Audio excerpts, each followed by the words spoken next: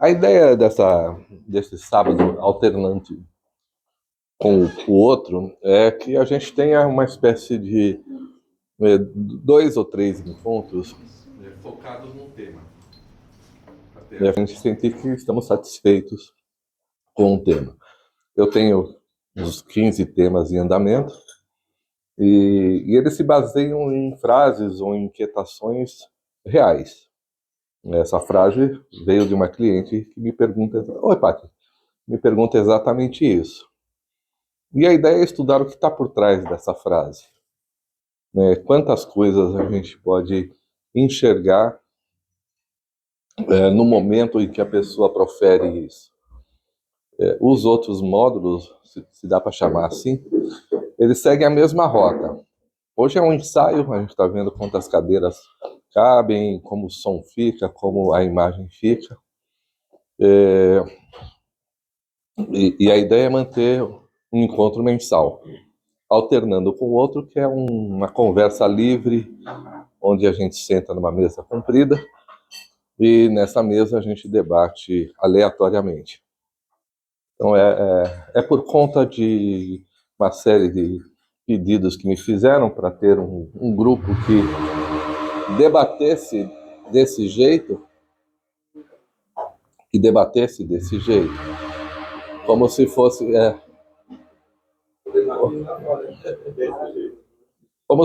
desculpa, como se fosse não um grupo de estudos exatamente, mas como se fosse um conjunto de conceitos atrelados a uma frase descrita numa sessão de terapia. E o que significa? O que quer dizer essa frase no momento do cliente? Onde ela se encaixa dividindo um grupo de sessões para inserir um novo grupo de sessões. Então, essa frase separa um sistema de outro. Mas, para a gente entender o sistema que ela separa e qual é o próximo que vai entrar, nós vamos convocar vários aspectos dos conceitos. Essa é a ideia de nós começarmos esse tipo de encontro. A partir de então, pessoal, o que vocês sugerem que essa frase esconde? Antes disso, vocês vão ver que essa frase ela é dita das mais variadas formas dentro do processo analítico. Ela pode dizer, eu sou autista. Ela pode dizer, eu sou alcoólatra. Ela pode dizer, eu preciso de um psiquiatra. Todas essas frases, num determinado momento da terapia, têm a mesma intenção. É uma intenção especulativa, de espéculo. Né? Eu vou jogar uma informação e eu quero ver como as pessoas vão recepcionar essa informação.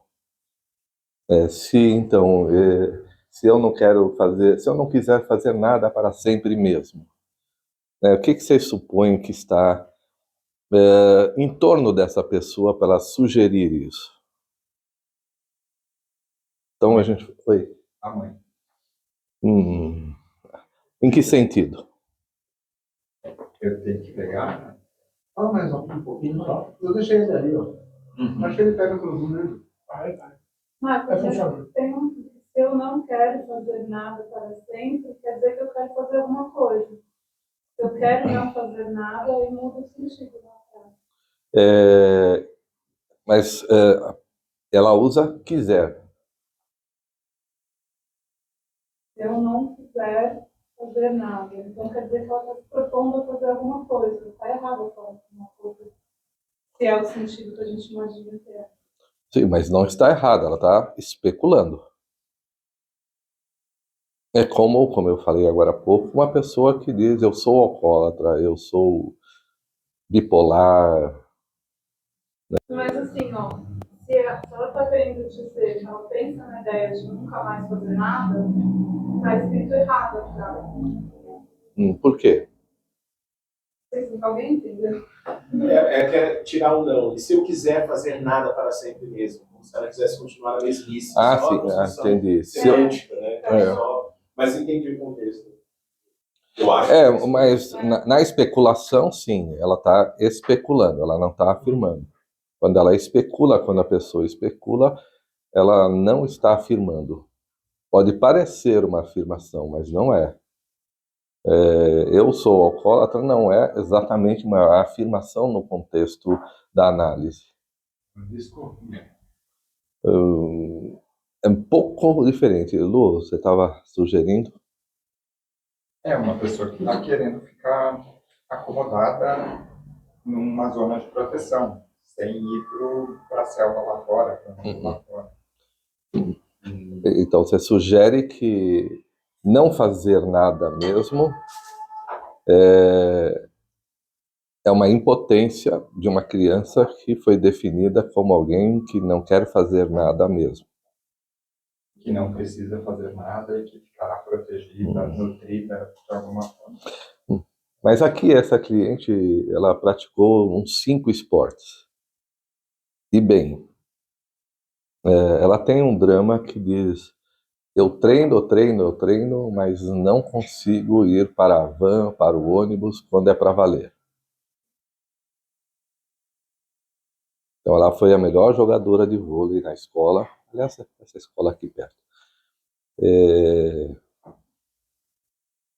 E quando ia jogar contra um outro time, ela disse que não queria ir, não queria fazer nada mesmo. Quando a ameaça era maior? Ameaça? De um território não conhecido. Mas vamos colocar mais alguns elementos, Lu, porque essa frase acompanhou 10 anos de terapia e esse é um momento específico, sugerindo então que tem um jogo para valer daqui a pouco. É como se ela estivesse entrando na van. Aí ela disse: e se eu não quiser ir? Então, o que ela enfrenta? Né? Vamos pensar em alguns conceitos importantes. Não é? Nós sabemos que, a partir da associação de palavras, o ser humano tem uma carga afetiva sobre aquilo que vê. Cada um de vocês está escolhendo aí um pedacinho de pão, um bolinho, passa manteiga, não passa manteiga. E tudo isso promete uma expectativa, né? Tem uma expectativa de prazer. Se eu comer isso, eu acho que eu vou ficar feliz. Porque é o que eu gosto.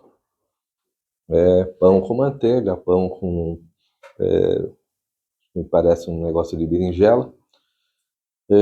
A mesma coisa sugere a todo ser humano, a todo ser vivo. Mesmo a lagarta que vê a folha da árvore, ela diz: se eu comer isso, vou me dar bem. E aí o animal, o pássaro que come a lagarta diz a mesma coisa, o gavião que come o pássaro diz a mesma coisa, e assim por diante. Essa impressão prometendo um prazer nos atinge plenamente. Qualquer ser vivo desse planeta tem essa perspectiva: eu vou ter um prazer. Nós também sabemos, então tem aquilo que eu gosto de desenhar, um olhar que tudo vê, que enxerga uma cena que está lá no futuro dessa frase e diz: essa cena não vai me dar prazer. Nós também sabemos uma outra coisa, pessoal. Quando uma pessoa nasce dentro de um contexto, ela nasce como herdeira de valores. Então nós entendemos que um ser humano, qualquer um de nós, para sempre, antes e depois, nasceu sobre esse contexto. Mesmo a formiga nasce com a ideia de ser melhor do que a geração anterior. Nos animais, essa aceleração da evolução se dá... Mari, ô Rodolfinho, você tá bom? um chá de camomila, alguma coisa assim. Oi? Vou tomar um chá. Tá, estamos num modelo diferente. Então, nós vamos entender aqui, pessoal, que todo ser humano recebe um legado vencido para se instalar num enunciado, numa angústia que propõe uma releitura da mesma cena. Nós nascemos, olhamos essa cena aqui e assimilamos essa cena como os nossos pais sugerem que ela seja. Ninguém é sacana aqui. Esse olhar emprestado faz parte da herança, faz parte, né, do legado. Tentar atender o desejo do meu pai ou da minha mãe, ou seja, dos meus pais, é infrutífero. Você nunca vai atingir o desejo deles. É um desejo em falta, impossível de ser realizado. Por que é impossível? Porque pelas leis da física, né, as quais o Jung é bastante afinado, um sistema posterior não pode ser menos equilibrado do que o sistema anterior. O sistema posterior tem que ser mais complexo do que o sistema anterior. O que nós vamos chamar de complexidade é exatamente isso, aquilo que eu vejo reformulando uma ação mais eficaz na direção dele. Esse modelo que nós estamos fazendo aqui é uma tentativa de adaptar esse espaço para caber esse tipo de estrutura. Então, nós olhamos e pensamos, o que nós vamos fazer? Bolamos desse jeito. Agora, precisamos de mais uma mesa e vamos ver onde é que ela cabe. E para tudo é assim. Todos vocês estão imersos nesse tipo de contexto, nessa linha de tensões. Eu tenho que perguntar o que está dando errado comigo. Então, a cliente está perguntando o que está errado. É evidente que se essa pergunta fosse clara para ela, dizendo, e se eu não quiser fazer nada mesmo? Sugerindo, e se eu for o quê? Né? Se eu for incapaz de resolver esse enigma. É evidente que, não sei se é evidente, mas é evidente para mim que todos fazem essa pergunta e que eu estudo por que uma pessoa se sente incapaz. Quais são as condições que estão na complexidade posterior, né, que impede que ela se sinta apta a realizar? O que aconteceria com a minha cliente se ela fosse a melhor jogadora de vôlei da escola e ganhasse o campeonato? Não sabemos. Mas não é essa a pergunta que ela tinha que responder e, portanto, ela desiste. Retira toda a libido movida pelo complexo. Eu não me interesso mais por isso. Uma questão muito comum. Vocês vão ver que, por outro lado, uma série de clientes tem nessa pergunta uma montagem diferente. Eu faço muitas coisas muito bem, mas eu estou triste. A pergunta é semelhante. Eu faço um monte de coisa muito bem, por que eu estou triste? Porque você faz muitas coisas muito bem.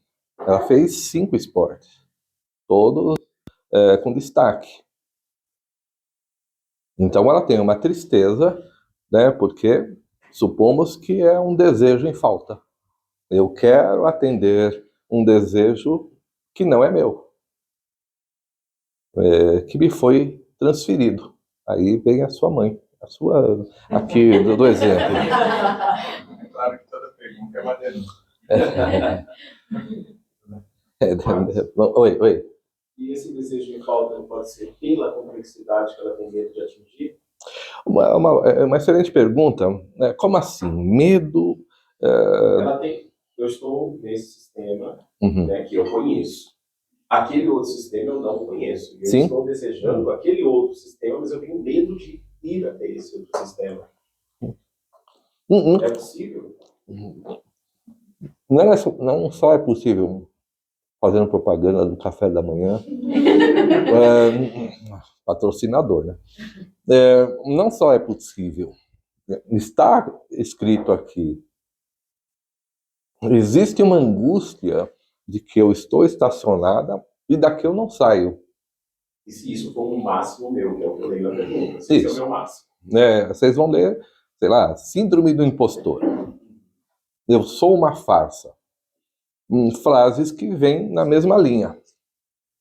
E frases que denunciam o indivíduo que se sente impotente nesse instante para ultrapassar o limite imposto. E o que vai acontecer se eu ultrapassar? Ninguém sabe. Mas existem, então, outras questões que você coloca, Elton. Medo. Eu defendo que o medo é um sinal de alerta. Vem da palavra têmenos, que quer dizer muro, e quando você põe muro em algum lugar, você tem medo de ser invadido. Então, ela tem medo de ser invadida, o que é correto. Tati? Todas as impotências estão ligadas ao desejo de satisfazer um enunciado que não é o próprio da pessoa? Todos os medos e todas essas tentativas de diminuir a minha potência, ou de registrar que eu sou impotente, não é que significa que eu não sou capaz. Insisto, significa que eu cheguei numa interface. Daqui para trás dessa frase existe um mundo, dali para frente existe outro. O mundo da frente, ele é mais complexo que o mundo anterior. Portanto, eu tenho que tomar mais cuidados agora. Ele não está inscrito, ele não é um objeto estudado ainda. Vocês podem dizer, mas mesmo um lixeiro, ele está ali carregando aquele lixo e diz: que porra é essa? Eles dizem pior do que isso, eu fui delicado. Isso é muito ruim para mim. Mas ele não vai conseguir modelar, em geral, esse sistema desse jeito. Ele não vai modelar desse jeito, a não ser que ele tenha, então, uma consciência um pouco mais ampliada, que o retire da entrega de lixo, e não é impossível que ele forme uma empresa que colete lixo de maneira diferente. É um exemplo bem difícil de acontecer, mas não é impossível. Então, sim, existe o que ali na frente? Um desconhecido. Mesmo eu não sei o que tem ali. Nós vamos nos deparar com a necessidade de iluminar, de conscientizar o que está ali adiante. Senão não teria sentido todo o processo. Seguindo, então, a sua consideração, ela pode ou não ir. O que vai acontecer se ela não for? Ou se ela der um passo menor? Não exatamente. Nós temos agora um outro elemento dentro dessa pessoa, uma dialética.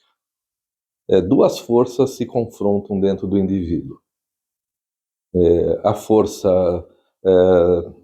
vamos dizer, da mãe anterior, o Jung vai chamar, né, de primeira mãe, segunda mãe, da mãe anterior, que diz: você é assim. Né? Você é boa em tudo o que você faz. Sendo boa em tudo que... Tem um filme Magnolia com um personagem que descreve isso com Tom Cruise. É bem interessante isso. Então você é boa em tudo o que você faz, mas não se espera que a criança pare para informar aquilo que ela quer fazer. Por quê? Né? Porque desde que ela nasceu, inclusive o Heitor, desde que ele nasceu, ninguém sabe o que ele vai ser. Querer saber o que ele vai ser é condená-lo a ser o que ele não pode ser. Qualquer que seja, então, a expectativa de pais sobre um filho.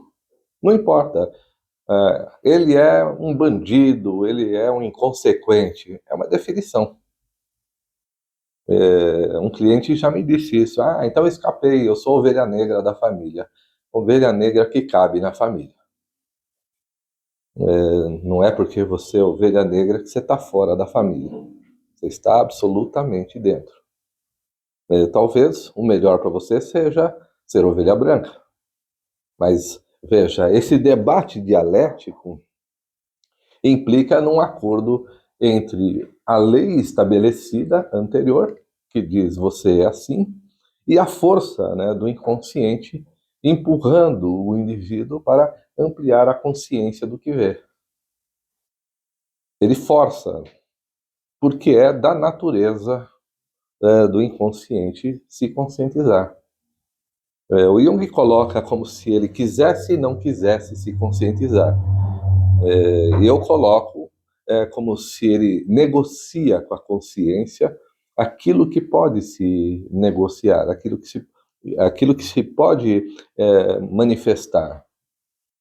Ele mesmo, como Yahvé em Jó, não pode sugerir que vai ser assim. Ele precisa negociar com Jó e dizer: Jó, você tem razão. Você não sustenta tudo aquilo que eu espero. E o inconsciente nos trata desse jeito. Você não é capaz mesmo de realizar tudo o que o inconsciente derrama. É fácil entender, pessoal. Espero que se o inconsciente derramar todas as imagens do inconsciente no indivíduo, ele vai psicotizar. Não tem como ele não psicotizar. Porque ele fica afogado nas imagens. Ele já não responde por uma ou duas, ele não responde a nenhuma. E ele simboliza através de um ato que chamamos de psicótico. Se paralisar, não fazer nada, se paralisar e também pode psicotizar também. Na resistência de não ir para frente. Pode, no sentido de que há uma opressão da consciência, né? Ela se torna autoritária frente ao ego. Mas vamos pensar no ego. Vamos pensar que o ego, nesse instante, sofre um represamento das suas necessidades. Também é funcional isso. Quando eu tenho clientes extremamente disciplinados, um cliente outro dia caiu no supermercado com 4 hérnias inflamadas, não conseguia mais se mexer. E ele é muito disciplinado, muito controlador, muito obsessivo, casado com uma mulher que deixa tudo sujo. E ele reclama dizendo, como ela pode fazer isso? Eu falei, não sei, é melhor você ficar sentado na sala que ela desmanchou tudo, respira fundo e vê o que você sente. Para você acomodar a sua bagunça interna. Percebe? Então, nesse caso, sim, ele morreria ou ficaria aleijado pela impotência de realizar aquilo que o inconsciente quer. Mas o próprio inconsciente, nesse instante, vai se dar conta disso. Senão, nós não teríamos nos mitos esse fenômeno contado. Como a história que alguns assistiram recentemente. Brahma não pode criar tudo o que quer. Aí Shiva diz para ele, você está de sacanagem, não vai criar tudo isso não. E Shiva então se instala dizendo, bom, agora que você parou de criar, eu vou dormir. E é a vez de Brahma dizer, você não vai dormir não. Entende que esse ciclo contado num mito, que é igual a tantos outros, Troia e tudo mais, sugere que você não pode ter um muro tão enrijecido que o inconsciente não possa entrar. Aí os reis de Troia, os senhores de Troia, têm que ser todos mortos. Ou a família do czar russo, enfim, eles têm que ser eliminados. Ou a família do Alexandre, todos têm que ser eliminados porque herdam um caminho que não é realizável na amplitude do desejo, na amplitude. Então, sim, gera uma psicose geralmente mortal, porque o inconsciente vai tentar romper com a parede, e isso significa que o ego vai perder toda a identidade com a persona onde ela morre. Ou, né, em alguns casos, fica presa indefinidamente, como Mandela, que ficou 28 anos até se recuperar do exagero. A própria prisão já era um sintoma projetado. Denzel Washington fala disso num filme chamado Hurricane, onde o personagem é completamente... Ele precisa de um limite, mas a sociedade americana é muito limitante para os seus elementos, para os seus cidadãos. Sim, nos dois lados psicotiza. E a gente pode sugerir que uma guerra, por exemplo, é o encontro de dois psicóticos, bem desenhado no filme Nada de Novo no Front, sem dar spoiler. Acho que ele conseguiu algum sucesso. Então, voltando aqui no nosso modelo, pessoal, eu estou registrando cenas e falas que vão atingir todos nós várias vezes, mas que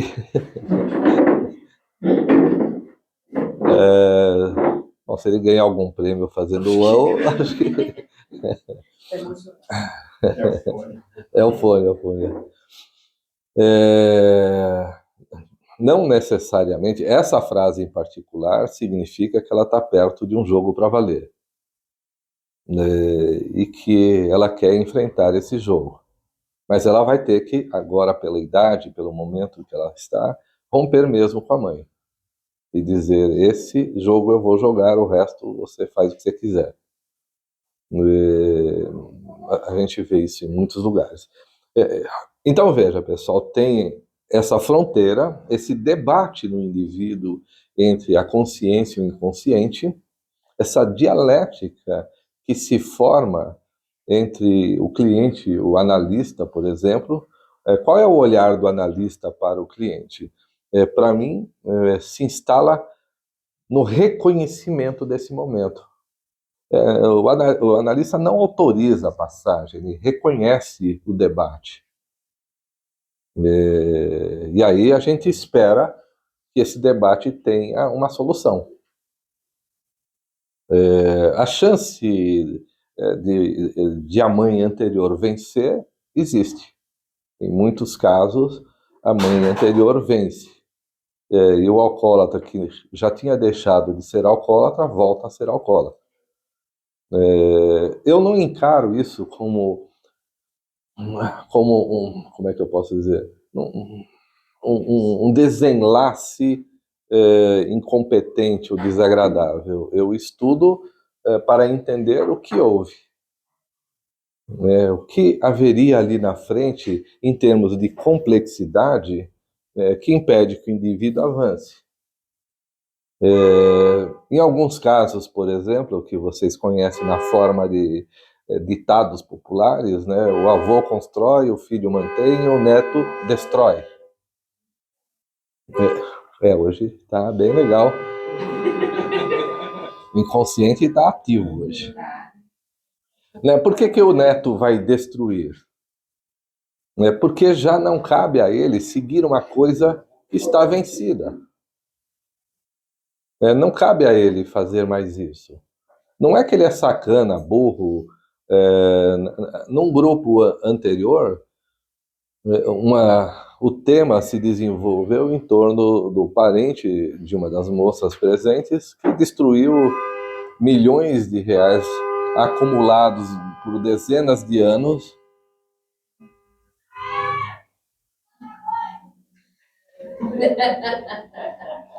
É da mãe mesmo o problema. O problema é que é a mãe. Não é? Então a gente... Cara, eu até me enrosquei aqui. Sim, que um parente dela, um primo, destruiu a fortuna do tio. Em 3 anos ele acabou com milhões de reais. Muitos estavam presentes num momento, né, num grupo muito bem descrito, muito bem movimentado.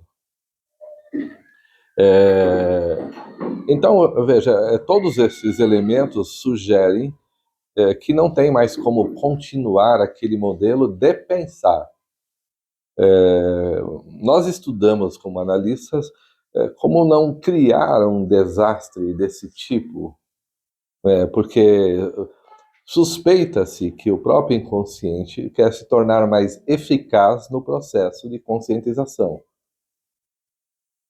Ele quer conduzir as forças cada vez mais concentradas para produzir um efeito que reduza-se ou que se resuma a um resultado civilizado.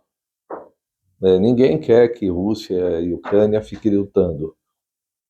A gente quer uma solução, que seja uma solução que não contemple o número de óbitos que isso provoca. Mas enquanto essa solução não vem, nós temos que nos escandalizar com um cara matando crianças com machado. Até que a gente olhe e fala, como é que isso aconteceu? As crianças, então, sofrem um sacrifício de uma realidade inviável para elas. E também a gente considera, quando uma família, por exemplo, eu tenho vários casos, cujos filhos morreram entre 0 e 10 anos. E as famílias não conseguem recuperar um senso de vida. Mas não é isso. Eu venho discutindo com um homem em particular esse ponto. Não é que você perdeu o senso de vida, você não tinha. A morte da sua filha representava a constatação que você não tinha nenhum projeto para ela, nem para você. Esse caso também é bem legal, porque a esposa dele é bilionária, bi mesmo, não é mi, e ele disse que ela não gasta dinheiro nem para comprar pizza. Ela compra a pizza de R$ 29,90, não compra de R$ 100. Então ele diz, não, de R$ 29,90 nem pensar, eu vou comprar de R$ 100. É claro que ele tem um recurso. Mas ele diz, como é que eu posso torná-la feliz se o tempo todo ela está infeliz com aquilo que deseja e pode ter, mas não consegue ter? Veja, pessoal, é aí que nós entendemos que são metáforas que vêm da relação do indivíduo com o seu mundo externo, protagonizadas por uma herança.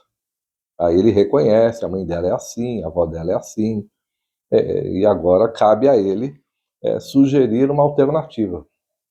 Modelo que também... Oi? São todas as mães fazem isso.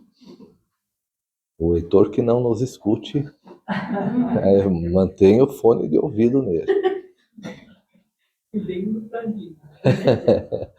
Mas não é verdade, né? A mãe que a gente vê se desenhando no mundo hoje sugere uma liberdade para que a criança no futuro, e não é que sugere porque é consciente ainda disso, se encontre com a segunda mãe. É um momento... É muito alto. A criança exige isso. E eu acho bastante importante um fenômeno que vai se alastrar pelo planeta todo. A criança precisa de 2 anos com a mãe presente. Não pode ser menos do que isso. Porque é o tempo de construção da personalidade. Ela vai deixar de ser introvertida ou extrovertida? Não. Mas ela não vai ter uma marca que represente a insuficiência da leitura por parte da mãe dos potenciais dessa criança. Então, quanto mais consciente nós formos disso, menos expectativa produzimos na criança e ela pode naturalmente se desenvolver. Hoje a gente assiste esse fenômeno no planeta. montado, né, marcado por 2 sintomas. Nunca houve tanto autista no planeta. Virou moda criança introvertida virar autista. Por outro lado, com tanto autismo, as pessoas chegam a uma conclusão muito intelectual. Nossa geração atual é mais burra que todas as anteriores. O que não, entende? Não pode ser por conta disso que eu estou defendendo. Uma geração não pode ser mais incapaz de ver uma realidade que não tem nada a oferecer do que a próxima, né? Do que a próxima realidade. Não pode. É uma lei da física. Ela não vai enxergar o mundo. Ela simplesmente está dizendo: eu estou vendo uma complexidade maior que exige de mim um esforço ainda maior que os anteriores. É esperar para ver.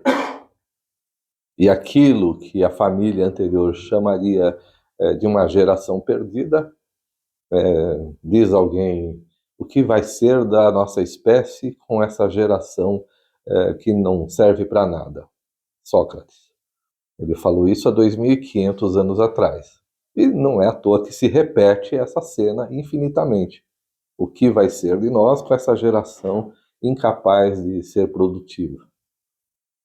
Então, se essa frase se repete há 25 gerações, no mínimo, ou mais, significa sempre que a geração anterior, mais conservadora no status de ver a realidade, pressupõe que a outra é incapaz de fazer alguma coisa.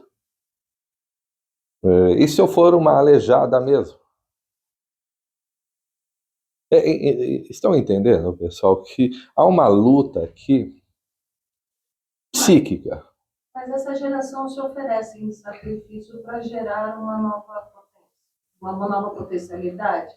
Não, em sacrifício no sentido de, a princípio, não produzir nada, porque vai enxergar algo de novo para dali para frente ser produzido algo novo. Não, ela não vai fazer isso.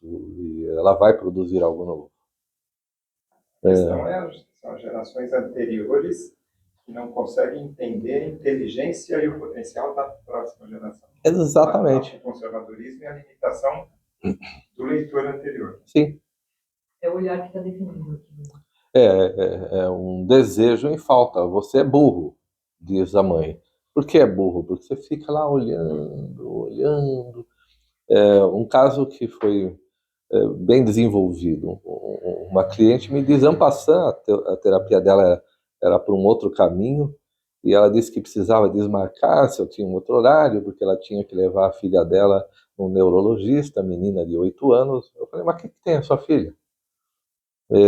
Ela não consegue ler e escrever. Com 8 anos ela não consegue ler e escrever? Não. Ué, mas que ano que ela está da escola? No 3º. Ué, como é que é possível ela ter ido para o 3º se não sabe ler e nem escrever? Ela fala, é porque na escola então resolveram fazer chamada oral e ela vai bem em todas as matérias fazendo chamada oral. Ela tinha sido diagnosticada como alguém que tinha um problema no lado esquerdo do cérebro. Eu falei, não, se ela responde chamada oral, não tem nenhum problema no lado esquerdo. Ela está usando esse recurso, ela não tem nenhuma vantagem em escrever e ler, não tem nenhuma vantagem para ela fazer isso. Ela é muito inteligente e descobriu, se eu ler e escrever, perdi o palco, perdi a atenção. E aí fomos discutindo com o pai e com a mãe, porque que eles não queriam que ela lesse e escrevesse, e a gente foi chegando numa conclusão. E repentinamente, então, para o propósito de propaganda da fonoaudióloga, ela começou a ler e escrever, mudando o status. Ou seja, a mãe trabalha desde pequena vendendo, ela era mascate junto com o pai, acordava às 5 horas da manhã, não ia para a escola, vendia tranqueira no viaduto do chá, percorreu esse caminho até os 15 anos de idade. O pai, ao contrário, mimadíssimo, não tinha nenhuma preocupação em ler e escrever, tinha que tirar nota, filho único, e você tinha então um contraste que esmagava a criança. Uma mãe que não pôde ler e escrever direito, e um pai que não precisava ler e escrever exatamente, porque já tinha tudo engatilhado. Os dois são muito inteligentes. É bem legal essa história, pessoal, porque quando a menina passa a ler e escrever, a mãe entra em contato com Nietzsche, e ela se encanta com Nietzsche. Hoje, nas sessões, ela debate comigo Nietzsche. Eu tenho que estudar Nietzsche. E o pai, de repente, se torna homem de 42 anos, casado há 14, pela primeira vez, não leva a mãe para a praia junto com a família. Em 14 anos. Não parou de almoçar todo domingo, feriado, na casa da mãe, em 42 anos. Veja aqui, então, você traz uma liberdade para o casal, e a menina agora volta para dentro e tem uma criatividade fascinante. Ela mesma desenha bonecos no papel, recorta, desenha vestidos, recorta e veste os bonecos que ela desenha. Eu falo, mas como ela fez isso? Pessoal, essas coisas são do meu tempo. Vou colocar assim para não constranger algumas pessoas um pouco mais antigas que viram esses bonequinhos nas bancas de jornais. Mas ela mesma criou isso. Eu falei, a sua filha é muito inteligente. Não só porque guarda toda a informação na memória, como cria movimentos de satisfação para si mesma. Então veja como vocês estão entendendo. Tem um olhar para a criança, nós analisamos o que o pai e a mãe olham aqui, discutimos esse olhar na direção da criança. Revisando esse olhar, a criança pode crescer. Mas crescendo, estimula os pais a fazer o mesmo movimento. O cara agora vai até em samba. Ele nunca foi em samba, vai até em samba. Até às 3 da manhã. E a minha cliente, ela é minha cliente, diz, eu nunca vi isso. Eu quero ir embora. Ele diz, não, mais um pouquinho. Entende o que eu estou defendendo, pessoal? Como o sistema se reinforma sistematicamente. E como aquilo que eu vou defender como uma informação que me agrega à minha família anterior, modificada, rompe para um nascimento do indivíduo, o que nós vamos chamar de segunda mãe. Uma mãe que não é uma mãe encarnada. E vejam, pessoal, o que é mais importante nessa frase. É evidente aqui, não é? Como o Luciano sugeriu logo no primeiro espasmo verbal, que era a mãe o problema. E sendo então a mãe o problema, e a criança então reage na direção dessa mãe problema, ela reage por quê? Porque ela encontra no seu nascimento as emoções próprias da potência de existir. Ela olha, ocitocina no sangue, só para sugerir aí um caminho fisiológico, e diz, estou feliz. E a mãe também, com ocitocina, diz, eu estou feliz. E os dois, então, agora têm uma emoção arquetípica. Arquetípica. Vamos segurar um pouco aí. Essa emoção arquetípica, ela precisa ser revivida aqui. Eu tenho uma instalação aqui atrás e eu preciso reviver essa emoção aqui. Quanto mais hostil for o meu encontro aqui atrás, mais eu resisto a essa transformação aqui. Por quê? Tratos a bola, essa foi velha, hein? Tratos a bola. O que acontece? na sugestão do que eu estou produzindo aqui, pessoal, na sugestão. Vai repetir a hostilidade? Eu estou mencionando essa hostilidade. Olha, Elton, não é para transmitir a hostilidade. Veja, nós estamos numa conotação psíquica. Na conotação psíquica, não existe uma hostilidade como se fosse um trauma. Por isso que eu defendo que não há trauma. Se você conduzir a criança como traumatizada, pronto, ela é traumatizada e vai se modelar dentro do trauma. Então eu tento tirar todo tipo de rótulo que ela queira impor a si mesma. Eu já contei para vocês que meu cliente vinha aqui porque me indicaram, eu sou alcoólatra, e eu falei para ele, não vou levar em consideração essa hipótese. E aí ele fica bravo, dizendo para ele, não, você não está entendendo, eu sou alcoólatra. E eu falo para ele, deixa eu ver se eu entendi. Você veio aqui para deixar de ser alcoólatra, eu digo que você não é alcoólatra e você agora quer ser alcoólatra? Tem um problema nessa comunicação. O que você quer, afinal? Mas veja, pessoal, não é. Quando eu digo para ele que ele não é alcoólatra, eu confronto a gênese dele. Ele é alcoólatra para a família. E quando ele vê que ele pode escapar daquele modelo, o que significa que ele vai enxergar um mundo obscuro na frente dele, ele volta a ser alcoólatra no mesmo minuto da terapia. Tatum. Por que ele volta a ser alcoólatra? Qual é o tipo de tensão que envolveu o fato dele ser alcoólatra lá atrás, herdado, né? As pessoas dizem que é genético, eu digo não é genético. O pai era alcoólatra, o avô era alcoólatra, bababá.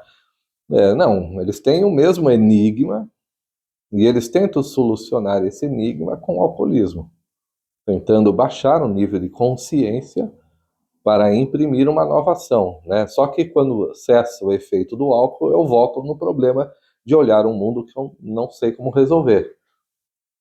E aí vira um ciclo sem fim. Eu bebo álcool para voltar a baixar o nível de consciência, abaixo, tudo fica legal, passa o efeito, o problema está ali e não sei resolver, e vai indo e voltando, indo e voltando. Nesse segundo da terapia, aconteceu isso. Às vezes é bem difícil você debater com o cliente intensamente. Ele quer ficar na posição. É difícil, porque você tem que achar o ponto em que você conduz as reflexões paulatinamente. Porque ele vai ceder. É uma questão de tempo. E por que eu sei que ele vai ceder? Porque a briga não é comigo, não é com ele o mundo. Entre as forças do inconsciente. Esse é um elemento importante entre a mãe e o seu filho lá atrás, Elton. A criança tem um drama, como essa menina que não queria ler nem escrever. Então, ou um outro que tem febre desde o ano e meio, ele tem 3,5, a febre nunca cedeu, nem o médico achou a causa. O médico ainda postulou, isso acontece, a gente não sabe por quê, mas uma em sei lá quantas mil crianças produz esse efeito. O problema é que o coitado do menininho sofreu um monte de injeção para cá, tira sangue para lá, vira de ponta cabeça, desvira, e a criança agora diz, quanto mais vocês tentam achar um problema na minha fisiologia, mais doente eu fico. Eu não vou sair dessa febre enquanto vocês não prestarem atenção em mim. Eu falo isso para ela, ela tem melhorado agora. Ela tem melhorado bastante depois de anos de luta contra o inconsciente. Como é que a gente também percebe isso? Quando a mesma reclamação não está envolvida num drama, não está envolvida numa dor. Eu falei para ela já há algum tempo, veja, você está falando a mesma coisa, você monta isso melhor, tem mais organização, você está dizendo, já não tem uma fúria sugerindo como você foi abandonada. Não, você está organizando isso. Então veja, Elton,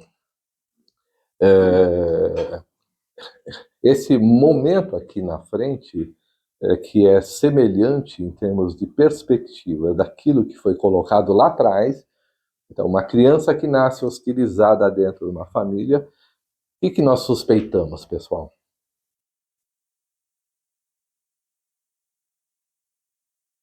Seguindo todo esse elemento, todo esse percurso que eu estou sugerindo aqui. Olhar da criança. Quem é esse olhar para a criança? O olhar de um sistema.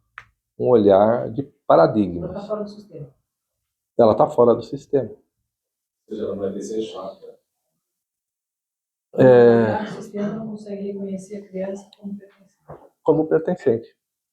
Mas a criança, o indivíduo, quando nasce, ele sempre vai estar fora. Sempre vai estar fora Não do importa se sistema. a mãe é um doce, fofinha, É. ou se ela é terrível. A criança está fora do sistema, Tá porque fora. de um modo ou de outro, a mãe vai olhar e vai transmitir para ela aquela ocitocina, e a criança olha e pronto, ela já foi pega no sistema. E ela se desenvolve num modo, vou ser assim, porque assim eu consigo essa ocitocina. Se eu for uma criança que chora e birrenta, minha mãe não vai gostar muito de mim. Então ela começa envolvida por esse olhar da mãe. Não, mas tem crianças que choram, são violentas, e isso satisfaz o desejo da mãe em ser mãe. Mas é a mesma coisa. Mas ela continua presa no sistema. Então, o que eu estou dizendo é que de um modo ou de outro, Não, eu estou sugerindo que ela chora e é violenta justamente porque só atende a mãe. mas se ela é boazinha também. Então, Mas é isso, eu acho que a ideia da hostilidade, que não sei o Marcos assim fala, mas a ideia da hostilidade é justamente quanto mais hostil, menos o sistema consegue reconhecer aquele ser humano. Eu defendo que é igual. É um sinal de igual, é a mesma coisa. É um termômetro para gente. Quanto mais hostil, menos aquele sistema consegue reconhecer aquele ser humano. Quanto menos hostil, parte desse sistema reconhece esse ser humano. Quanto mais pertencente for, mais igual esse ser humano é ao sistema. Esse gradiente denota o dilema que ele está colocando e o quão complexo vai ser isso no futuro. Esse dilema complexual vai trazer um sofrimento para essa criança altíssimo. Por quê? Porque há uma culpa em consagrar a saída do sistema e permanecer no sistema, porque é um desejo inconsciente da criança de permanecer no sistema de novo. Esse paradoxo faz com que o dilema fique ali rodando. Pessoas mais complexas e que sofrem mais têm pouco reconhecimento do olhar anterior sobre ela. Tem mais chance do novo, mas é um sofrimento enorme. Como é? Menos chance do novo. Exatamente, porque no mundo das mães, só uma particularidade que eu vejo muito. Eu fiz uma pesquisa antes de ter meu filho, eu ia em parquinhos de areia. Parquinho de areia, sentava lá no parquinho de areia e olhava aquele conjunto. Aquele conjunto do parquinho de areia é deliberadamente isso que ele está colocando. A mãe, ela apresenta e pede uma educação para uma criança de 1 ano e 8 meses. A criança chega no parquinho, estão todos ali, o brinquedinho, não sei o quê, aí uma criança pega, vai, me empresta. A criança automaticamente fala, não, é meu, não te conheço, o que você está fazendo aqui? Uma reação normal, humana. A mãe, empresta, você é educado, você não sei o quê, você precisa ser solidário com as crianças. Aí a criança fica assim, olha pra cara da mãe, e tipo, aí a mãe, para se manter a mãe, pensa que a criança educada 1 ano e 8 meses diz que essa mãe é boa mãe. Então não precisa que a criança seja educada 1 ano e 8 meses, porque a criança não tem nem ego, não falou nem eu. Então, criança que não falou eu não tenho educação nesse sistema. Só que a mãe não pensa nisso, porque ela está preocupada com o resultado de ser mãe. Isso, gente, é em cadeia, assim.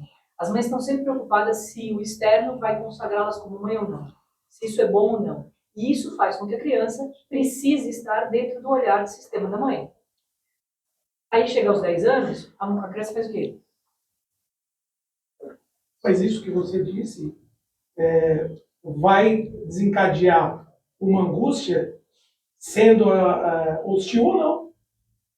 Não, eu só coloquei Sendo hostil ou não, o resultado final é o mesmo, porque o que eu defendo é que é esse olhar da mãe, não importa qual seja, que é o sistema. É o olhar dela, já é o próprio sistema em si. Não importa qual seja a manifestação dele, já é um sistema em si imposto à criança. É verdade, ela está dizendo a mesma coisa, né? Sim, não, o que eu estou dizendo é que não é que a criança hostil vai sofrer mais. Só para deixar. Não, vai. Não. Quer dizer, olha o ambiente hostil. O ambiente hostil é. Eu vou te dar o exemplo de uma. Mas você está olhando de uma perspectiva bem ampla. Sim, não vai. Que Conheço faz- casos de crianças que sofreram uma rejeição. Pessoas que conseguiram escapar e estão muito bem. E não são poucas. E muitas que foram são péssimas. Mas é esse ingrediente. Então, como é que você pode deduzir que... Então, não estou defendendo que tem que hostilizar ou não é isso. Mas é que não vejo que há uma relação. Se é mais hostilizada, é mais tendente a uma coisa ruim. Vou acrescentar uma variável. O meu ponto de vista é sobre o dilema de sair da caverna ou não. Que é o que ele está colocando ali. É sair da primeira mãe para a segunda. Eu estou olhando por essa perspectiva. Quando você diz assim, mas é que uma pessoa que sofreu muito, ela está bem hoje, ela se adapta ao sistema. Ninguém garante que ela foi para uma segunda mãe. O que eu estou entendendo é que o Marcos está falando sobre uma passagem de uma primeira condição, de uma dinâmica, de um olhar vindo daqui, para um segundo, certo? Essa emancipação aqui detém um dilema grande e uma luta interna, que não tem nada a ver com o externo. Agora, quando você coloca assim, não é porque eu conheço muitas pessoas hostilizadas que se deram muito bem hoje, isso não significa que passou para a segunda mãe. Pode ter se adaptado no mundo externo, plausível para se manter ali num lugar que, teoricamente, não lhe dá a segunda mãe, mas também não te tira a primeira. Tem esse ganho, né? Mas todos se adaptam ao Tem esse sistema. ganho. Se você se adapta, você tem esse ganho. Exatamente. Não pertence a esse sistema. Exatamente. A angústia do não pertencer não é vivida, que me parece que é o que o Marcos está falando, entre um pé aqui e um pé lá. Sai do paz. Deixa eu colocar. A gente cai na suficientemente boa. Cara suficientemente boa. Mas todos Nem lá, nem cá. todos aqui, todos vão ser adaptados ao sistema. Eu entendo, mas Ninguém escapa do sistema. Não existe a suficientemente boa. Mas a gente Não está falando existe, de uma- exato. Então, mas a gente está falando de uma eficiência psíquica, pelo que eu estou entendendo. É. Aqui, o que eu vejo aqui, a armadilha dessa frase dela é justamente isso. Então, o medo do exagero, e aí é por isso que eu defendo que não importa se é hostil ou não, o medo do exagero que ela tem de ser tomada por um exagero e o quanto isso pode ser fatal a ela, a faz compensar num pedido de autorização para ser impotente e ficar dentro da caverna. Compensa. E se eu for essa medalhista, e agora? tudo bem. A compensação existe na forma do debate da consciência e inconsciente. Mas veja, Edu, se nós olharmos a sociedade humana desde o princípio, o que nós vamos assistir? O primeiro grau de consciência que o primeiro ser humano teve, que ele acorda por um segundo e diz: o que eu vi? E depois morre para o inconsciente. A consciência não se ampliou. Ele viu algo e o que ele viu chamou a atenção, mas ele não sabia o que era. Mas os demais não viram nada. Um viu, porque o que você está defendendo é que então todos veriam a mesma coisa? Não. Aquele que viu aquela coisa pode morrer sentindo que eu vi alguma coisa em algum lugar. Não, mas viu. Viu? Então, um viu. Não, eu entendo que todos viram, e quando desviam, nasce a angústia. Não. Porque aí eu fico o resto da vida nesse desejo em falta, querendo isso que eu vi uma vez, um dia, novamente. Veja, seria uma coisa assim. Quem escreveu a Bíblia, por exemplo, ou o Alcorão, ou o Torá, ou os Vedantas, o fez antes de todo mundo. Lao Tse fez o tal dele inspirado. A consciência dele ampliou além da medida dos demais, além.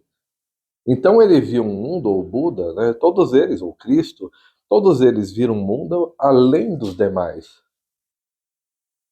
Porque o sistema não funciona como uma explosão total. Pum! Ele funciona com essas pirâmides em que esses que percebem a realidade diferente vão construindo o próximo passo. Olha, vamos pensar assim: numa curva de Gauss, você teria quantidade de pessoas, nível de consciência. O nível de consciência, a realidade é defendida. Eu estou exagerando, desse lado é bem menos do que isso.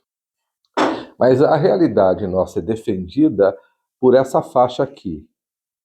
Isso é a realidade.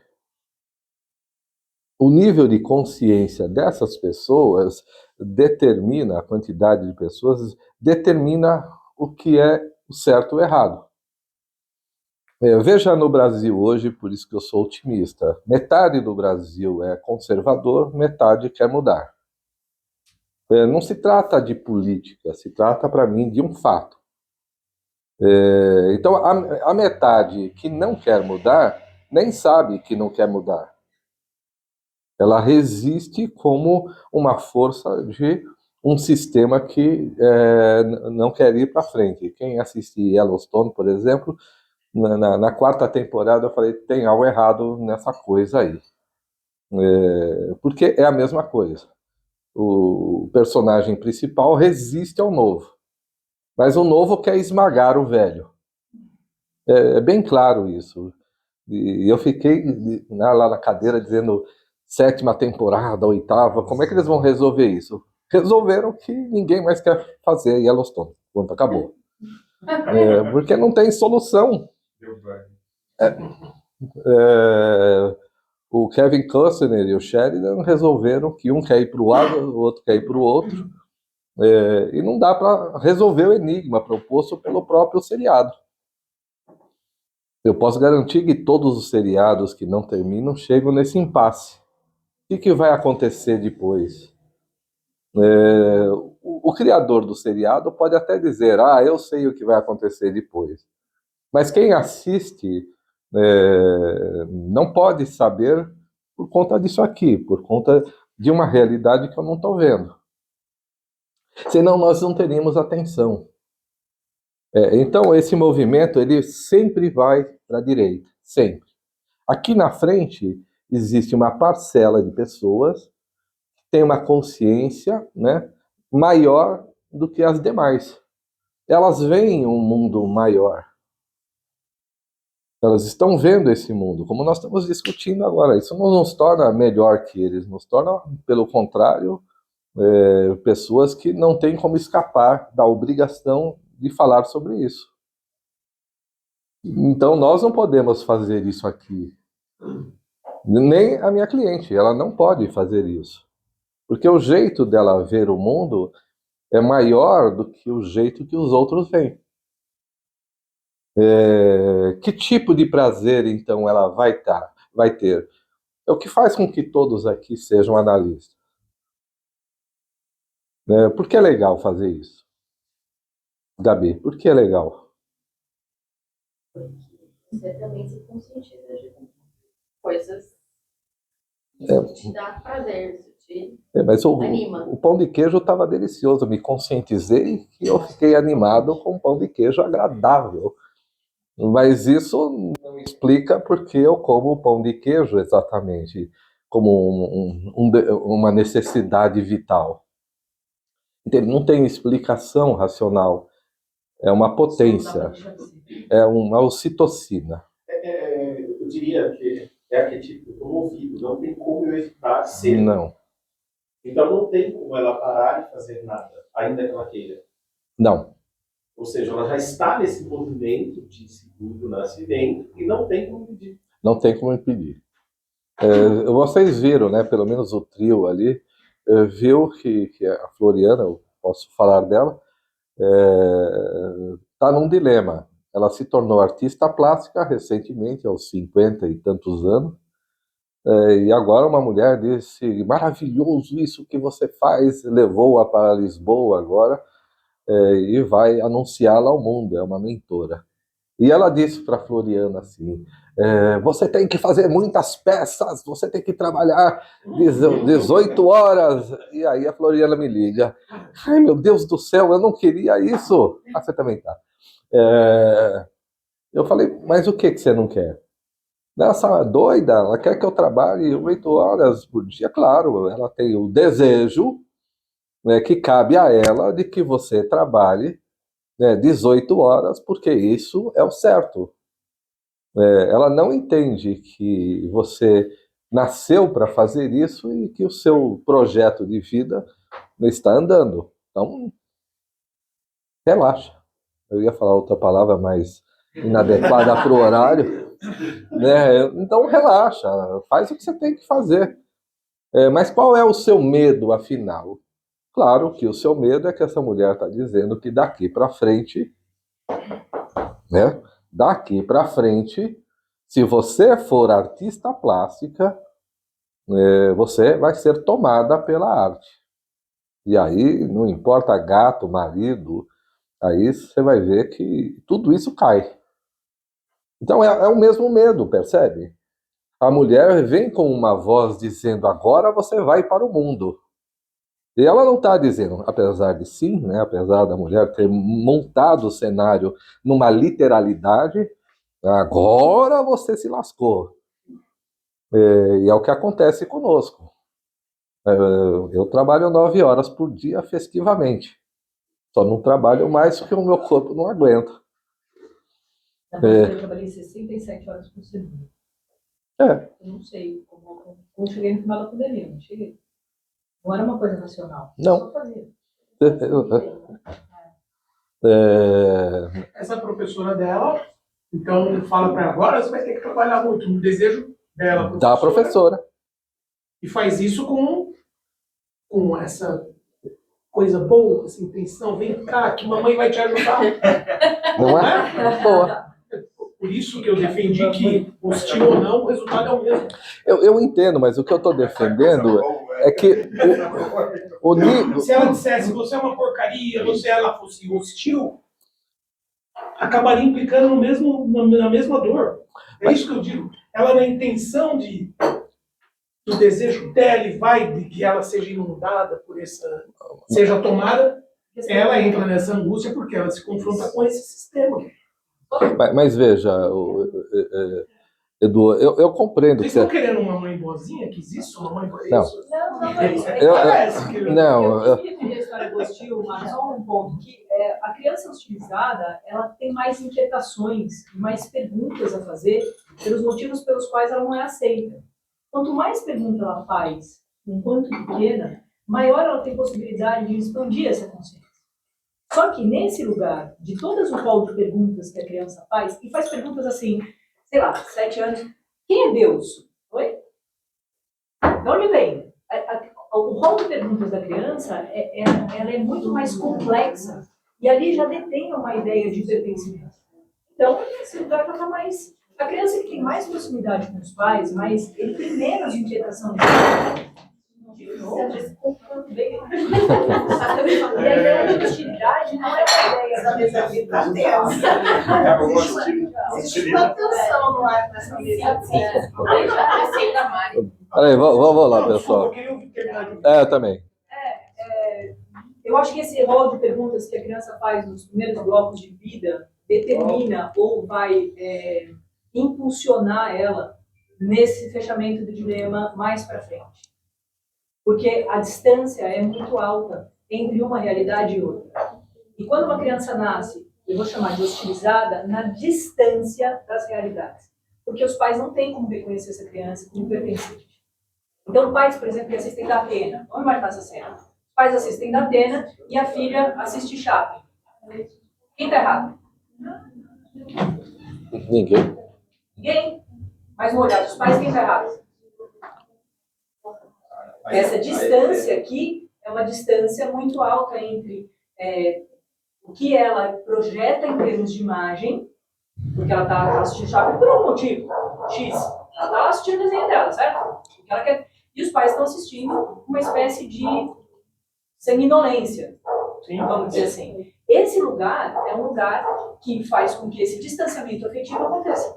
Mas se você inverter, o resultado é o mesmo. Você pegar os pais que assistem Chaplin e a criança que quer assistir a sanguinolência, quem está errado? Não, mas a hostilidade vai ser a mesma. A hostilidade vai ser isso. É que você está se pegando o conteúdo, eu não estou me pegando. A hostilidade não. Agora, se os pais assistirem da Atena e a criança assistir Silvio Santos, tá ali. A hostilidade está no fato de que os pais nunca vão ver a criança. Não importa como ele haja. Essa é a hostilidade. A hostilidade Está é falando só de essa. grau. Edu, É da criança, ela não vai ser vista. Nunca. vamos pensar assim, por favor, psicodinamicamente. Psicodinamicamente, o que eu quis sugerir é que a consciência, né, mais ampliada, ela funciona como um interventor na realidade. Quem segura a realidade nova proposta por Brahma aqui, né? O sistema instalado. O sistema instalado que faz isso. Veja, então, as crianças que foram mortas pelo rapaz, pelo psicopata lá, elas tinham um desafio na sua realidade incapaz de ser conscientizado. Então eu concordo com você que ser morto a machadada ou ser dono da Ambev é a mesma coisa. E que não é disso que nós estamos falando da passagem da primeira mãe para a segunda, e da segunda em diante. E para você ter a emoção dessa segunda passagem, você tem que ter uma referência lá atrás na primeira.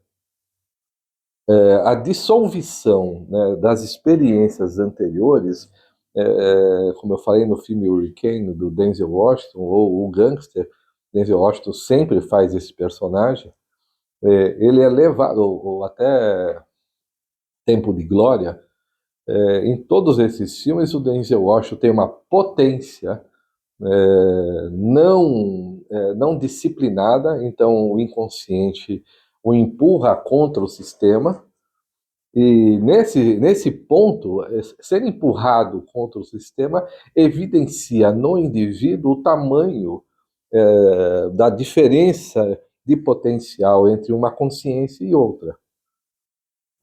Veja o que aconteceu nas famílias durante a pandemia por conta de eventos, né? As famílias brigaram e gente morreu. Seres humanos mataram os outros de um lado e do outro só porque comungavam de valores diferentes. Por que essas pessoas morreram? Morreram porque nem de um lado nem do outro o sistema seria capaz de ser conscientizado. É assim que eu defendo. É claro que o buraco, entre aspas, na minha concepção, que eu tenho na minha tese, é que as pessoas dizem, bom, você inventou uma realidade. Eu digo, não, eu estou vendo uma dinâmica. E quem inventou a realidade é aquela pessoa que acha que um dos lados está certo. Então isso é inventar a realidade, porque não concebe o embate das forças. Não concebe. Mas, então, uma pessoa tem sim, nasce num sistema cuja diferença, né, o gradiente de diferença do que eu preciso atingir é muito alto. E fatalmente eu vou ganhar um átimo de consciência incapaz de eu registrar, afinal, de que eu renasci. Não vai dar. Ainda é assim. Vamos pensar assim. Na história humana, como eu estava sugerindo, só um ser humano viu algo diferente. Só um. Kubrick coloca bem isso no 2001. Só um viu. E esse um contaminou os demais. Contaminou. Nós estamos falando de uma consciência, da alegria daquele indivíduo de ter dado uma solução. Os demais acompanham.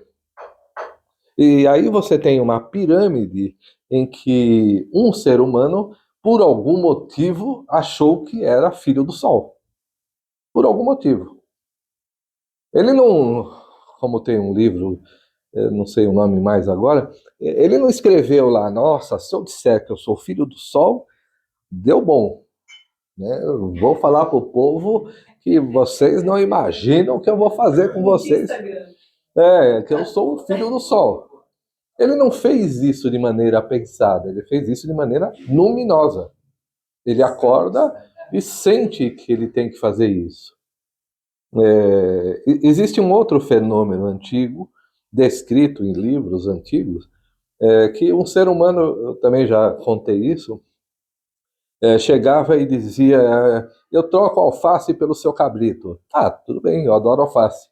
Isso, legal. Quantos alfaces você quer? 300. Tá doido, meu? 300 alfaces pelo seu cabrito? Eu tava pensando em te dar 100. Ele fala: você que tá doido. Você não sabe, você não imagina o que é cuidar de um cabrito. 100. E aí os dois, um queria o alface, outro queria o cabrito, e ninguém chega a um acordo. E um cara lá diz: deixa eu ver, 172 alfaces. Os dois olham e falam: ah, legal. Como é que eles chegam à conclusão que é legal a partir de um cara que diz 172 alfaces? Entende? A atenção é dada não por um indivíduo, mas é dada pela necessidade da ampliação da consciência. Então, por um lado, eu concordo, todos nós aqui sofremos uma experiência de rejeição, porque senão não teríamos um desejo em falta. E desejantes nunca seremos felizes, né? O Clóvis de Barros, citando aqui, depois ele me cobra os royalties, diz que no final o padre vem e diz: ah, o melhor está por vir ainda. Mas esse é um indivíduo que não encontrou a segunda mãe, porque ele ainda espera que o melhor está por vir. Então, o que eu estou dizendo é que a consciência não se amplia luminosamente para todos, ainda. Porque isso exigiria um sem fim de estudos e de áreas de interesse do ser humano, para que em cada uma delas surgissem pessoas ativando. Nós ainda estamos num projeto em que, por exemplo, as relações trabalhistas, nas relações sociais, estão muito parecidas com o que eram há 200 anos atrás. Ainda hoje, uma pessoa pode morrer no trabalho e o dono da empresa dizer: puxa, que pena, gostava muito dele. Você já contratou alguém para o lugar? Entende? Dane-se, morreu, põe outro. Não tem um sentimento humano necessário para que todos possam fazer a transposição. O Neumann coloca isso no Psicologia Profunda e Nova Ética, que só quando a humanidade atingir um novo patamar, você teria então as pessoas encontrando o segundo nascimento. Antes não.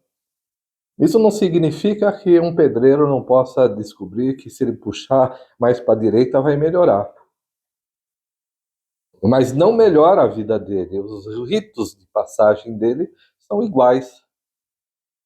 Ele vai dançar a mesma dança, ele vai assistir o mesmo filme, ele vai comemorar as coisas do mesmo jeito.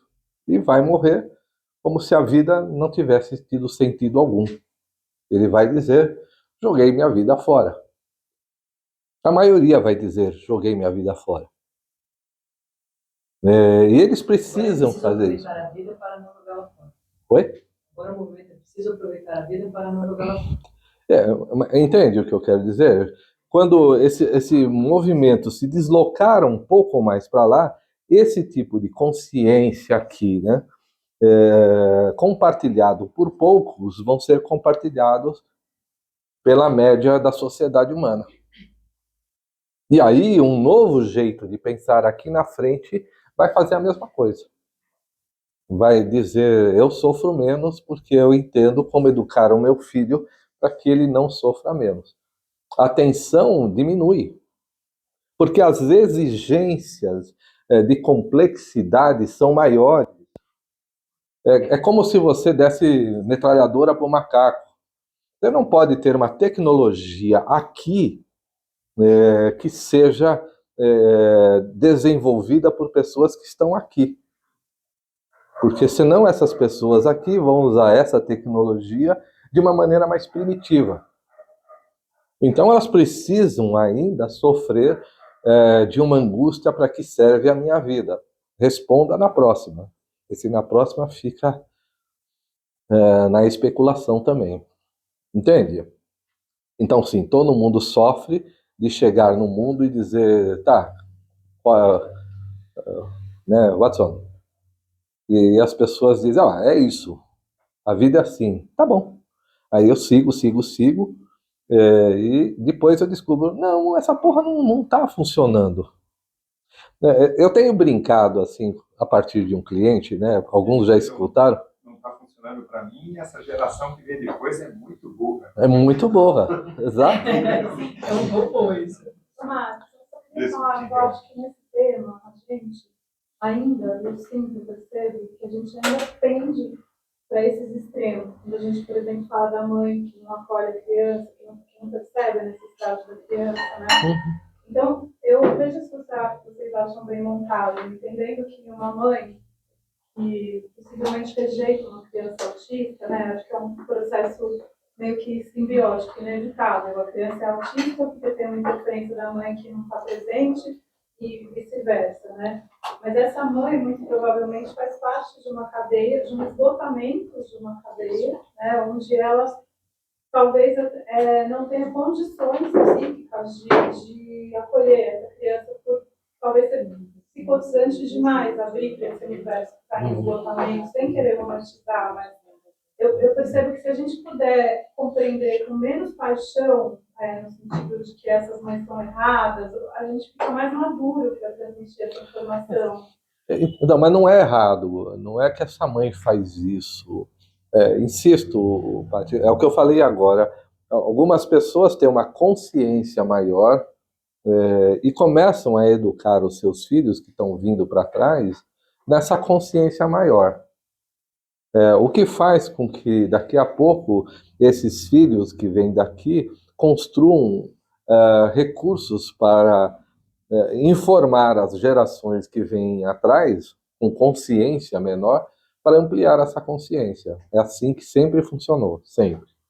É que a ideia, eu acho, Marcos, é que muitas pessoas colocam a mãe como certa e como errada. E ela é só uma portadora. É só uma portadora. Analistas, assim, no processo, vamos supor, você vai ler sobre psicanálise, você vai ver vídeos, você vai ler colunas.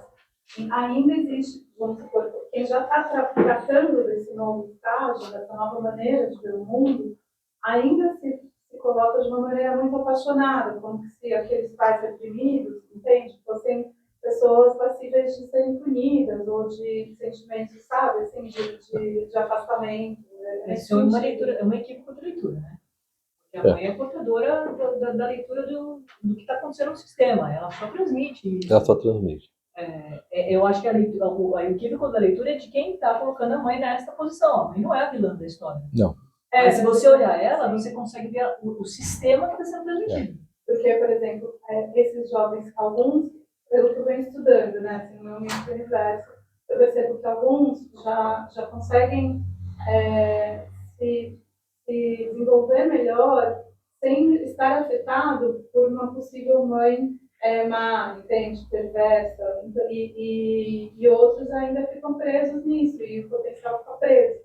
É por isso que a leitura do Jung ela é finalista e não determinista, né? Quando você vai para a psicanálise, você vai numa leitura um pouco mais determinista que vai colocar essa perversidade como uma forma dele, né? Eu acho que é um pouco isso que você está trazendo. Mas o que acho que o que o Marcos está propondo é justamente olhar esse sistema através do olhar da mãe. O que ela fala de sim ou de não ali já é o filtro do que está acontecendo no sistema. É o que ela funciona com uma projeção da ímago materna, que é o nutritivo da criança. Ela vai nutrir a criança com os nutrientes que ela tem. Colocar, como você falou, como romantizar isso, é colocar num sistema que ainda não compreende o desenvolvimento dinâmico. Chegar nessa posição, Patrícia, pode levar as pessoas a entender, como sempre acontece, que a análise leva o cliente para uma insensibilidade familiar. Ele não liga mais para a família. Mas é claro que ele vai ser insensível à família, porque agora os valores que o agradam são diferentes. Então esse romantismo que você sugere é só uma maneira de você receber uma herança de vínculo com as pessoas que impede que todas as partes envolvidas que ficam nesse bloco mantenham esse bloco como uma estrutura estável para que o novo não destrua o sistema. E nós tentamos enxergar psicodinamicamente. Isso não tira a ideia em andamento do estado de amor do indivíduo. Porque o estado de amor do Heitor com a Ana, por exemplo, é um estado de dependência. Ele não ama a mãe dele, mas ele ama o estado de dependência. Senão ele pegaria as malas dele e sairia andando. E ele não pode. Meu humor que ele faz um bico assim. Eu te amo. Ele ama aquela mudancinha de humor. Oi? Ele ama os. Então, ele ama.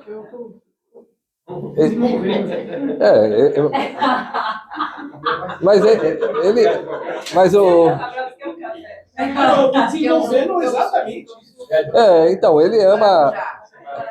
Ele tem que amar o desejo em falta, senão ele morre. Ele não tem outra perspectiva ainda. Daqui a 30 anos, ele vai ter que brigar com a Ana, ou antes. E vai dizer, mãe, eu tô indo pra mar.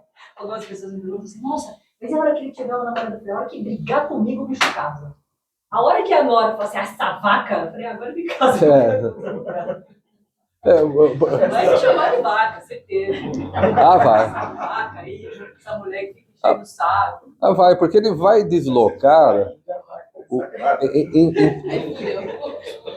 Entende aqui, pessoal? Que ele vai deslocar a ocitocina, que antes era da mãe, aí você tem razão, para uma outra atividade. Para uma outra atividade que é humana. Posso sugerir um filme que pode falar da segunda mãe? Como... O Tom Hanks, ele sempre faz filmes perdidos. Todos os filmes que ele faz, está perdido em um lugar. No mar, no aeroporto, na ilha. Olha, Deus, uns 8 filmes, o bicho está perdido. Aí o último filme que ele fez agora foi um filme que ele fez que é um mau vizinho, um vizinho não sei o quê. É o outro, né? Isso. É demais o filme e ele, a mulher dele o deixa, no filme, não vou dar spoiler, mas a mulher deixa e ele vai se matar. Ele morreu no final, não é? Vai se matar, afinal de contas. Mas aí, naquele instante, olha que interessante, naquele instante em que há uma morte iminente no processo, o vilarejo recebe ele de volta por latinos. Um sistema lá, o pessoal mudou e tal. E é a primeira vez que o Tom Hanks faz um filme que ele não está perdido. Não se achou o bichinho? No filme inteiro. O processo é: estou perdido, sozinho, vou matar. E aí, no final do filme, tem aí um lugar onde ele encontra afeto. Ele encontra um outro tipo de afeto. Porque ele é extremamente pragmático, né? Ou seja, você vê um rol de filmes de um mesmo ator, fazendo sempre a mesma projeção. De repente vem um filme em que ele sai completamente do escopo, estou perdido. Me achei. Falei, gente, acho que vamos ver os próximos filmes do Tom Hanks agora. Mas o que vem depois, né? Porque se ele fizer outro filme perdido, a gente volta para o estágio anterior. Mas... Tem um outro que ele fez meio que junto, que é de vizinho também. Eu acho que está na Netflix. O melhor vizinho. Uma coisa assim. Pior vizinho do mundo é o Tom Hanks. Esse aqui, ó. Tem outro filme que eu acho que é o melhor vizinho. Alguma coisa assim, que ele interpreta é uma história real. Ele interpreta um apresentador de TV que faz um programa sobre ele ser um bom vizinho e como é olhar os outros e tal. Ele conhece um jornalista, já viu? Não. Aí ele conhece um jornalista que vai fazer uma matéria sobre ele e o jornalista tem problemas com o pai, uma coisa muito legal, isso melhor que esse do outro. O outro é mais dramático. Esse filme do Tom Hanks? É, com Tom Hanks. Ele é acredita na vizinhança dele agora, ele está se achando na vizinhança aí. Eu acho que fez até com o comitante. Não, foi só uma sugestão em função de passar. Ele passou quase 20 anos fazendo o mesmo tipo de filme. Uhum. É muito tempo uma pessoa fazendo o mesmo, a essência de todos os filmes do Tom Hanks é esse. E de repente ele traz uma outra conjuntura de projeção. Foi só essa. Algo dentro dele. É o Da Vinci, né? Ele fica procurando isso. Essa tentando desvendar. Ele está sempre perdido, tem alguma coisa perdida que ele está buscando, que ele está procurando. Ali é psicopompo. Eu nunca tinha pensado por esse lado. Os filmes têm essa coisa aí, de dizer pra gente o que as pessoas estão perdendo. Só Foi pra- uma pequena digressão. Não, só para contar exatamente isso, porque a mudança, quanto mais então uma criança é acolhida na infância, num sistema que já tem uma consciência maior dos pais, a perspectiva dela aceitar um mundo de maior complexidade é maior, por decorrência. Senão a filha da minha cliente não levaria 2 meses para sair de um não escrevo e não leio para se tornar agora uma contumaz leitora. Então ela diz, então se vocês vão me dar essa nova importância, eu me entrego. Porque os pais também mudaram a ótica. Pessoal, não estou tentando defender outra coisa senão o processo analítico. Não estou defendendo. A gente vai chegar ali. Não estou defendendo que eu sou melhor ou vocês vão ter que ser melhor. Eu estou dizendo que o olhar do analista ele é fundamental, como o olhar do pai e da mãe, porque o analista é a projeção do self do indivíduo. E nós temos que estarmos livres de qualquer pré-conceito sobre o que é o cliente. Qualquer um.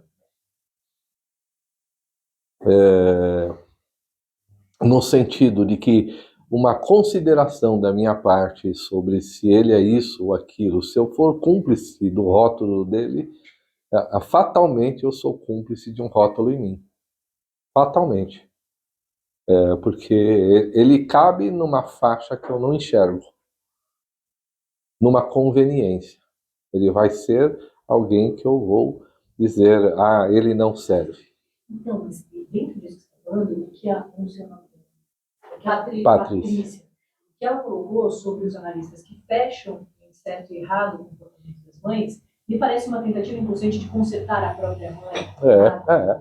Sim, romantizando isso. E aí colocando no processo de que esse conserto, né, que existe um conserto a ser feito.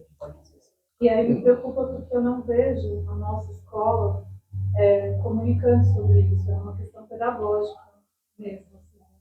Acho que é uma questão vivencial. Eu acho que você precisa viver, projetar e saber disso, porque só a sua existência já muda o sistema em torno. A forma que você o Marcos colocou. Né? O Marcos acabou de colocar. Se você rotulou, morreu. Então você tira o rótulo.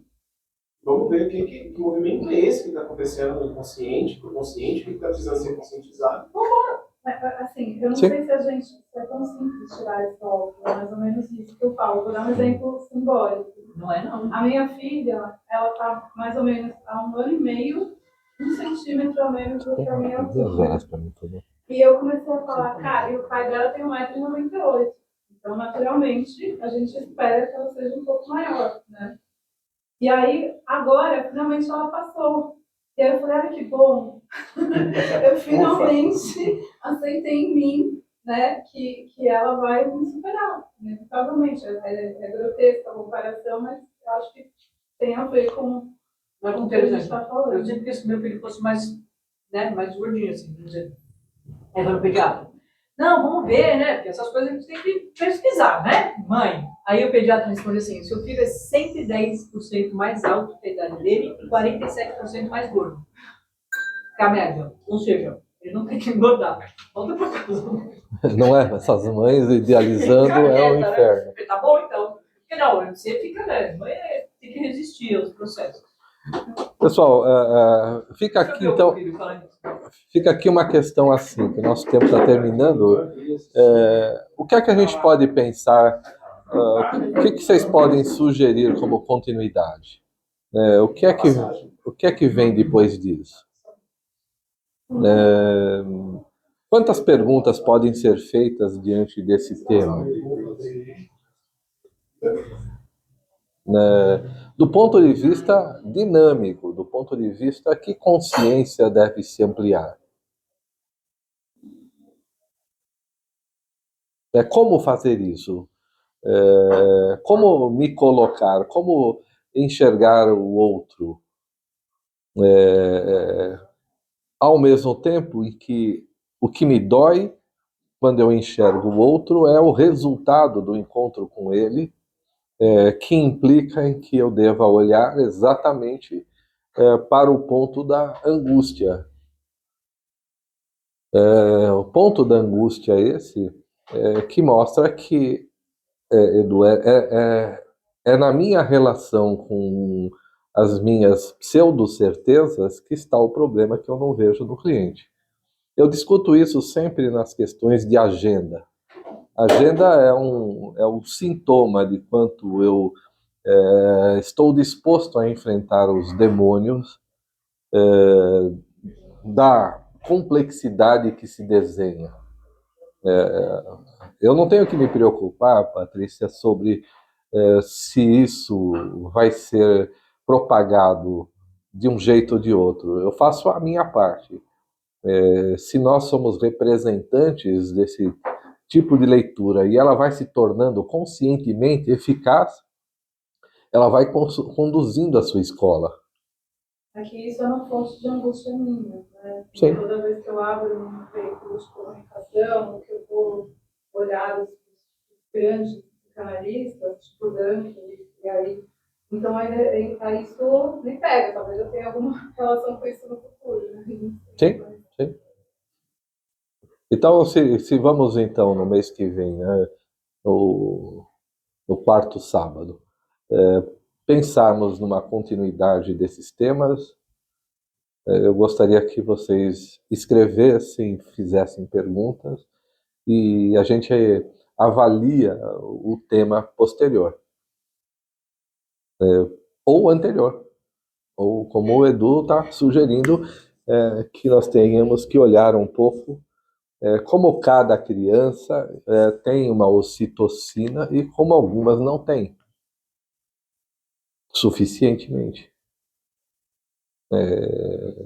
Porque não se trata de uma mãe suficientemente boa ou má.